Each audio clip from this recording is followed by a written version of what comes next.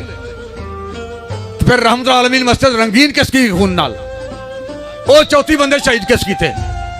اگر یہ عاشق رسول نے بھائی ہر سیاسی پارٹی کا ایجنڈا نون لیگ ہو کاف لیگ ہو PTI ہو پیپل پارٹی ہو ان کا ایجنڈا امریکہ سے آ رہا ہے اور تحریک لبیک پاکستان کسی کے اشاروں پر کام نہیں کر رہی. اس کا ایجنڈا مدینے کے تاجدار کی بارگاہ سے آ رہا ہے. یا رسول اللہ لبیک لبیک لبیک یا رسول اللہ لبیک. نون لیگ کو ایجنڈا کفر تھا, پیپل پارٹی کو PTI کو ایجنڈا کفر تھا. اور بھی جڑی کوئی جماعت رات نو ایک گھنٹہ پہلے میرے سٹیج تے ان تو پہلے جم پئی ہوئے سیاسی جماعت انہاں کو ایجنڈا کفر تھا.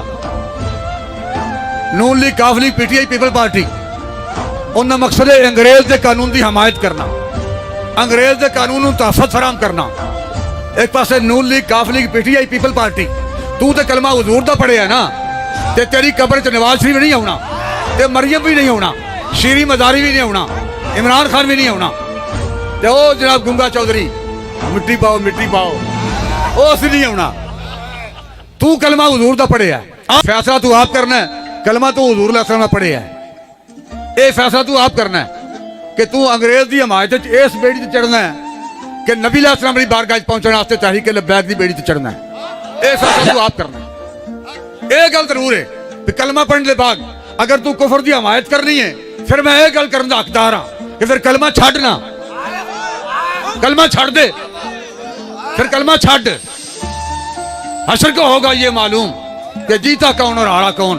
اے تے 3 فٹ تھلے جان دی دیر ہے نا پتر, اے پتہ لگ جانا ہے تینوں اپنی کرتوتاں دا پتہ لگ جانا ہے. بدلے گا زمانہ لاکھ مگر قرآن نہیں بدلا جائے گا. اے قول محمد قول خدا فرمان نہیں بدلا جائے گا.